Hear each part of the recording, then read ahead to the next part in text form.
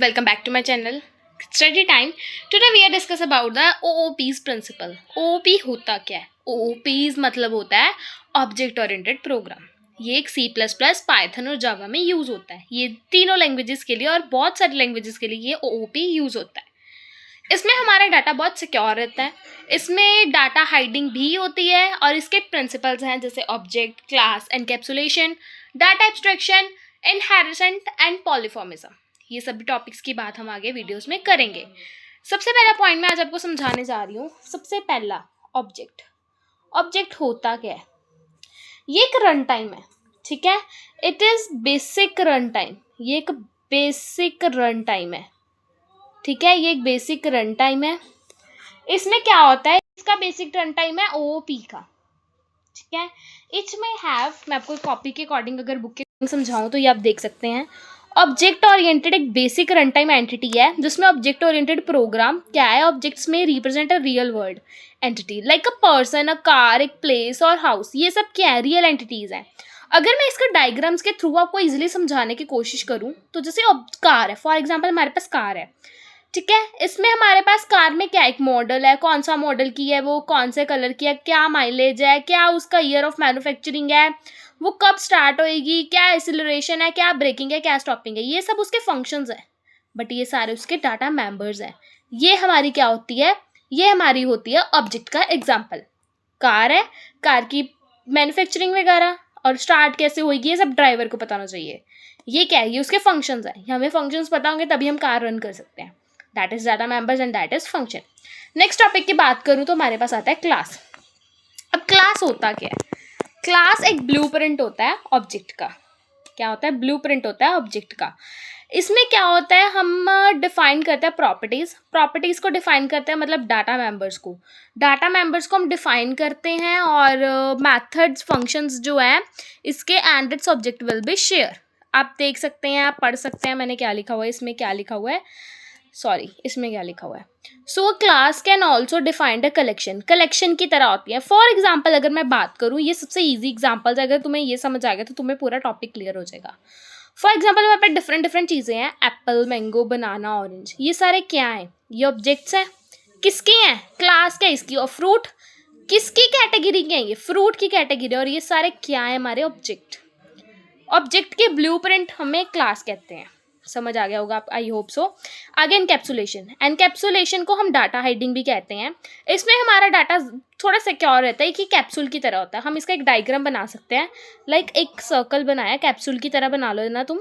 यहाँ पे हम डाटा और यहाँ पे हम फंक्शन लिख सकते हैं. ये डाटा और फंक्शन एक कैप्सूल के अंदर सिक्योर रहते हैं. इसको हम बोलते हैं एनकैप्सुलेशन. इसका एग्जांपल पढ़ सुन लो और ध्यान से, तुम्हें इजीली इसको क्लियर हो जाएगा. Consider data encapsulation like a safe की तरह रखना और लॉकर की तरह रखना. You put your values items क्या होगी? डाटा इनसाइड द लॉकर के अंदर रखी है, but you have the key, उसकी चाबी तुम्हारे पास है. चाबी मतलब मेथड्स और functions to assess the modified them, उनको असेस करना और मॉडिफाई करने के लिए. Abstraction refers to providing only essential और रिलेवेंट इन्फॉर्मेशन. एब्स्ट्रैक्शन का क्या काम होता है? एब्स्ट्रैक्शन क्या करता है? एब्स्ट्रैक्शन के पास पूरी रिलेवेंट इन्फॉर्मेशन, उसके पास प्रॉपर पिछला क्या चल रहा है, क्या हो रहा है, उसको सब पता है, बट वो हमें रिलेवेंट ही इन्फॉर्मेशन गिव करता है. बेफालतू की चीज़ें, बेफालतू की इन्फॉर्मेशन वो हमें नहीं देता. अगर मैं इसको आपको एक एग्जांपल समझाना चाहूँ, फॉर एग्जांपल एक ड्राइवर कार चला रहा है, उसको कार चलानी आती है.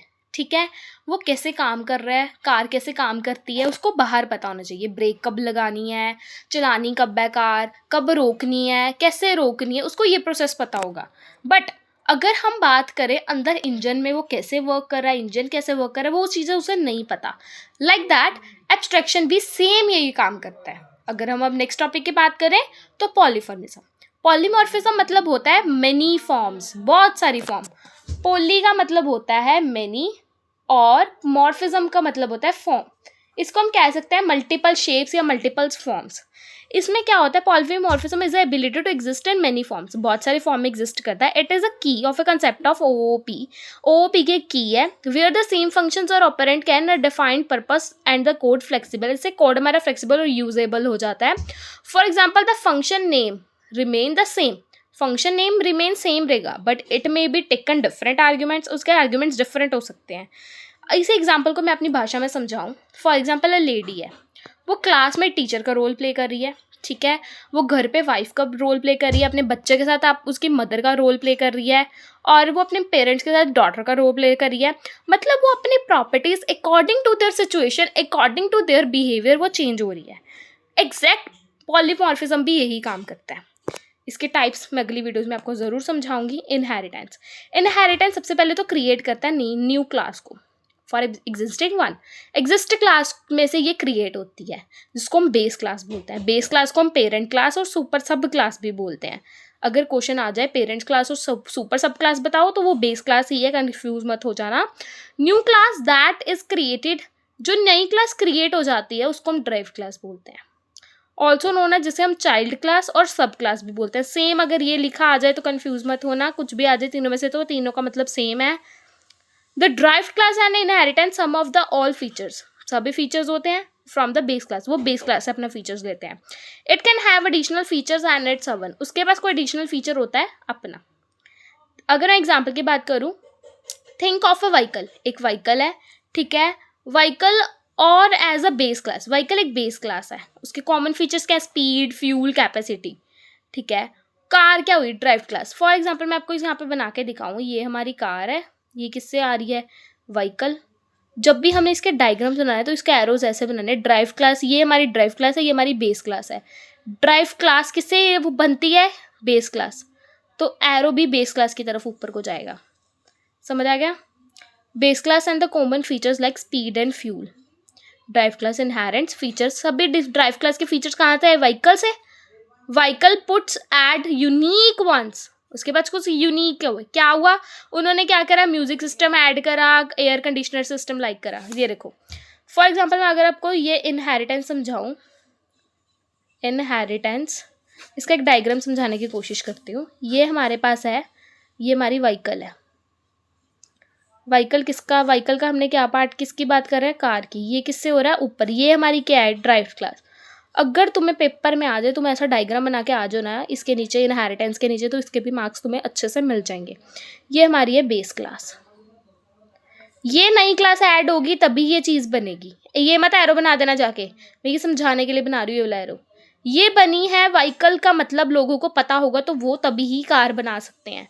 ये नहीं उसको कार पता तो वो कार बना देगा, कार बनेगी, फिर उसके आगे जाके बाइक बनेगा, मतलब लाइक और चीज़ें ऐड ऑन होंगी। इसके भी 5 से 6 तरह के, 5 तरह की ये इनहेरिटेंस आते हैं, वो भी मैं अगली वीडियोस में समझाऊंगी। अब तुम किस टॉपिक पे वीडियो सुनना चाहते हो वो मेरे को ज़रूर बताना, और लाइक शेयर एंड सब्सक्राइब करना मत भूलना। Study time, and please like share and ज़्यादा से ज़्यादा फॉलो करो और सब्सक्राइब करो माई चैनल को प्लीज़। आई होप सो आपको ये वीडियो अच्छी लगी हुई, और मैं और इंटरेस्टिंग वीडियोस लेके आने वाली हूँ।